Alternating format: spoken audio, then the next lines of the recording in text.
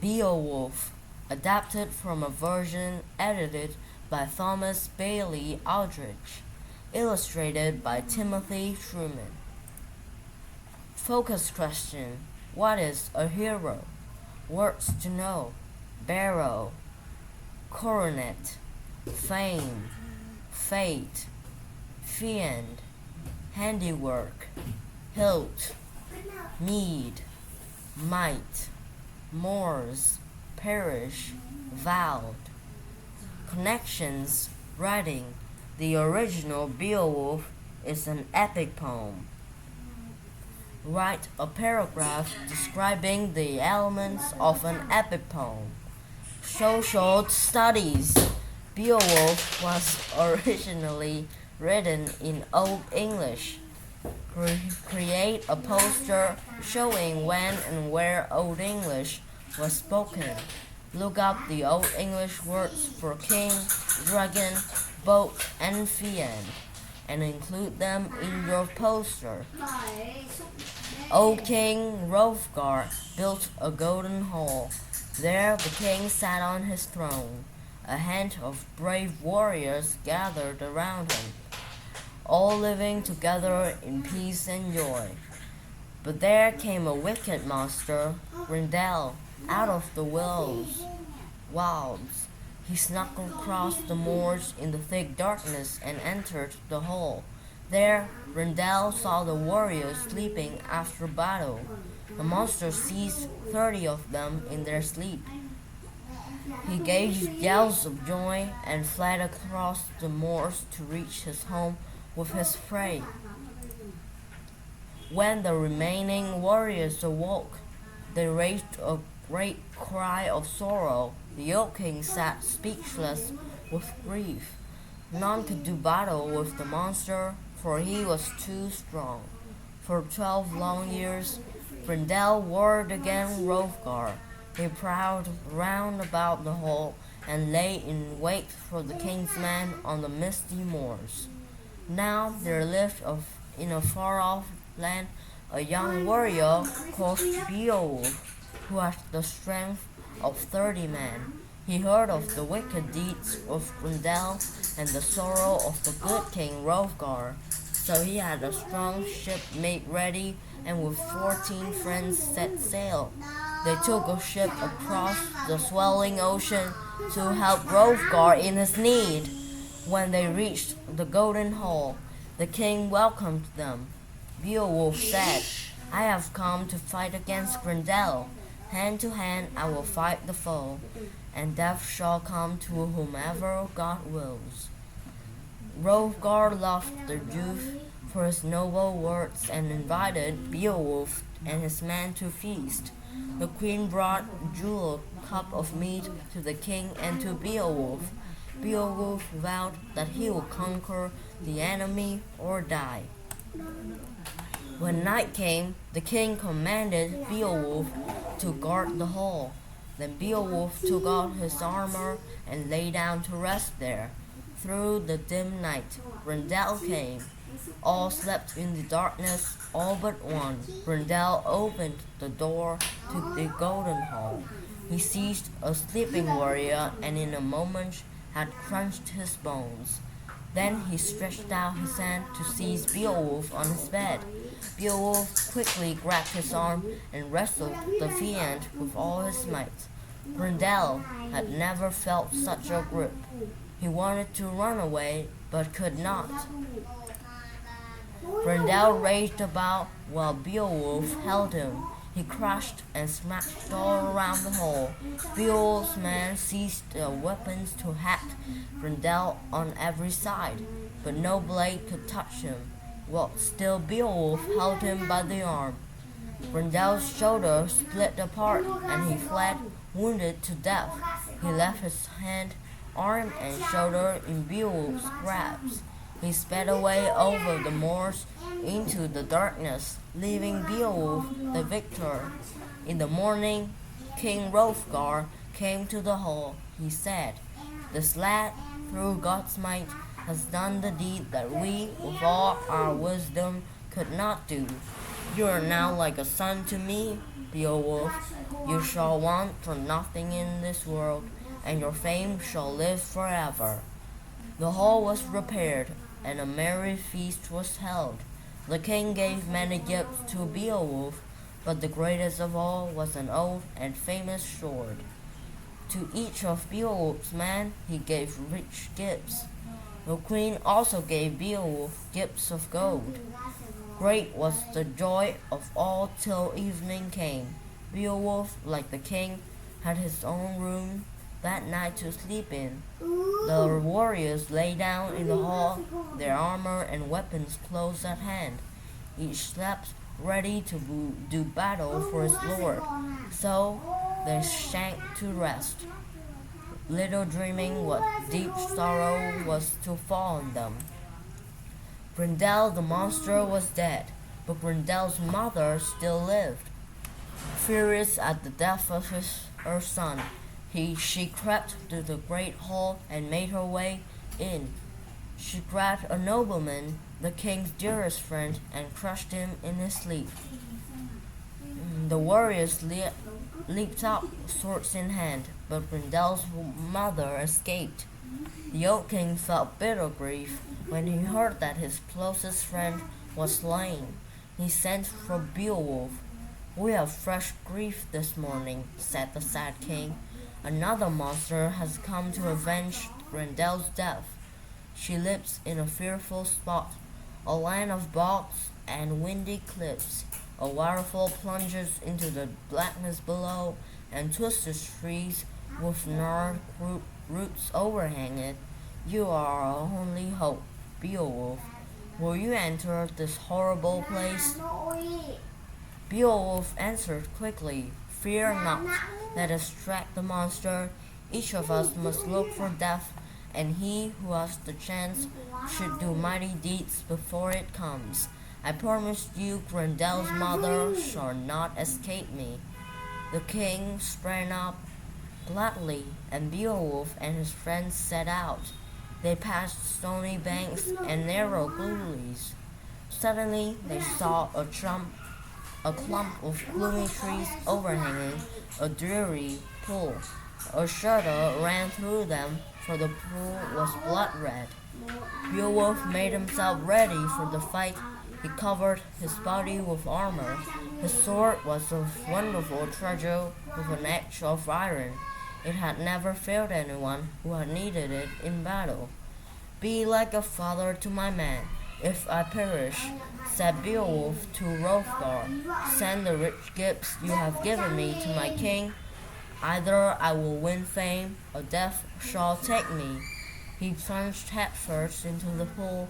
It took nearly the whole day before he saw the bottom. Grendel's mother met him. For 100 years she had lived in the deep pool. She grabbed at him and caught him, but his armor saved him from her horrible fingers. Still, she held him tight and took him to the bottom of the lake. Then he saw that he was in a vast hall. There was no water, but a strange glow of firelight. At once the fight began, but Beowulf's famous sword could not hurt the monster. Beowulf threw it away in anger, trusting to the strength of his hands. He seized Grendel's mother by the shoulder and brought her down. Quickly she recovered and closed in on him. He staggered and fell, worn out.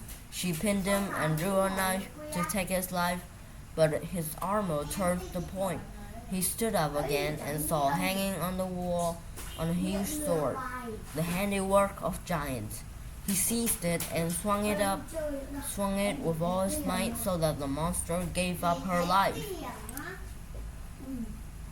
Beowulf searched the huge chamber and found Grendel lying there dead. He cut off his head as a trophy for King Hrothgar. The men seated on the banks of the pool watching with Hrothgar feared they would never see Beowulf again. The day was fading fast, so they and the king went homeward. Beowulf's men stayed on, sick at heart, gazing at the pool. They longed, but did not expect, to see their leader. Under the depths, He was making his way to them. The magic sword melted in his hand. He brought nothing more of him than the hilt and the Grendel's head. He bravely rose up through the waters and came to land. His men saw him. They thanked God and ran to free him of his armor. They rejoiced to see him sound and whole. Now they marched gladly to the town. It took 4 of them to carry Grendel's head. They entered the great hall. Beowulf handed the magic hilt to Hrothgar, who saw that it was the work of the giants of old. He praised Beowulf for his courage and said that he would love him as his son. Many, many treasures, he said, must pass from me to you tomorrow, but now rest and feast. Beowulf sat down to the banquet gladly and was happy to rest.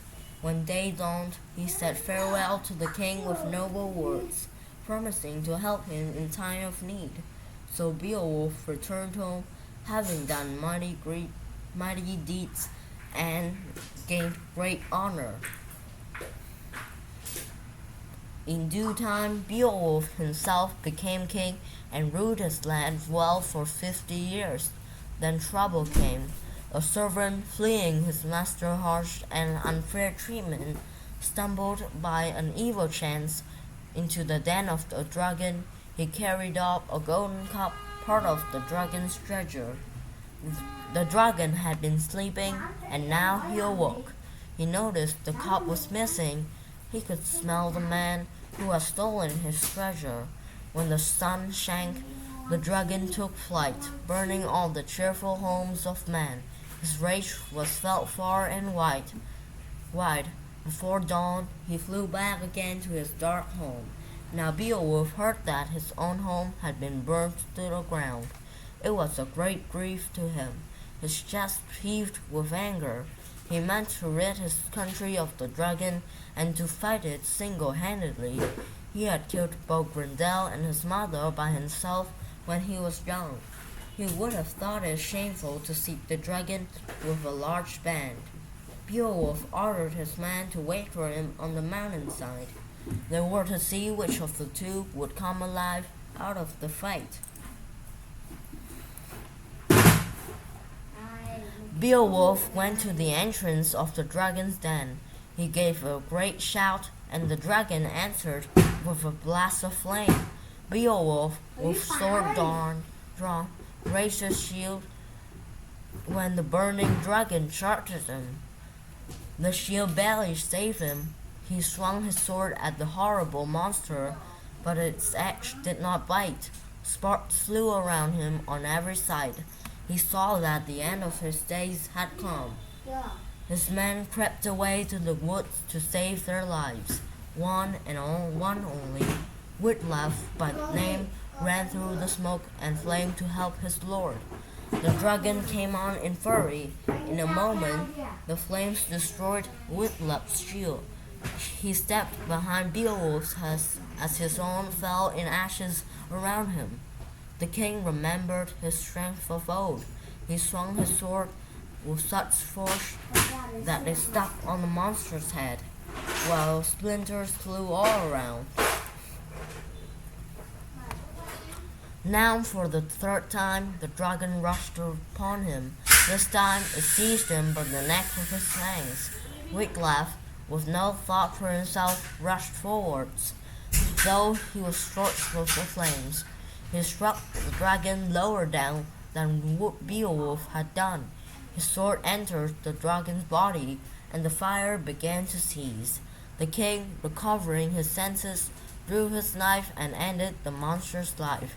So these two together destroyed the enemy of the people. To Beowulf, that was the greatest moment of his life when he saw his work was done.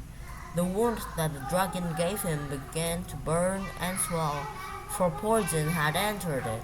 He knew that the tale of his days was told. Wiglaf gently took off his helmet and brought him water. Beowulf said, "I have ruled these people for 50 years, and no king has dared attack them.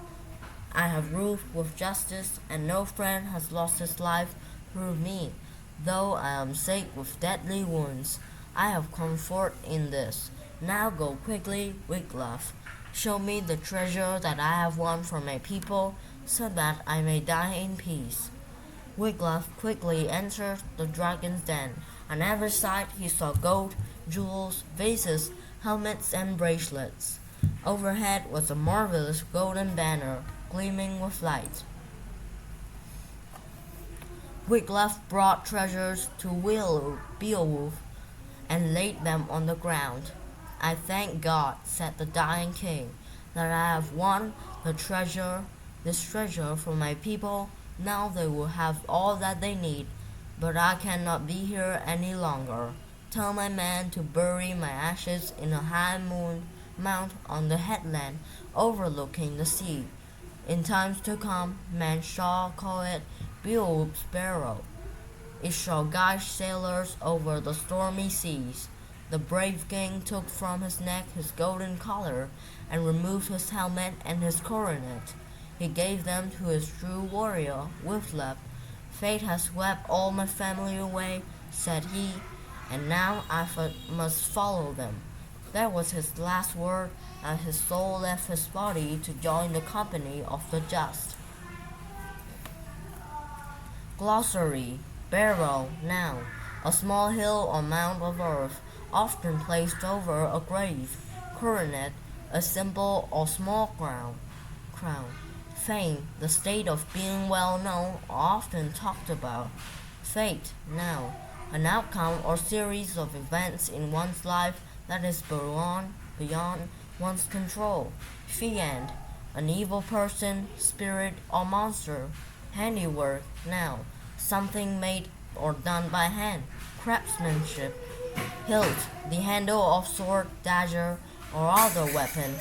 Mead, a fermented drink made of honey, water, yeast, and malt. Might, strength or power.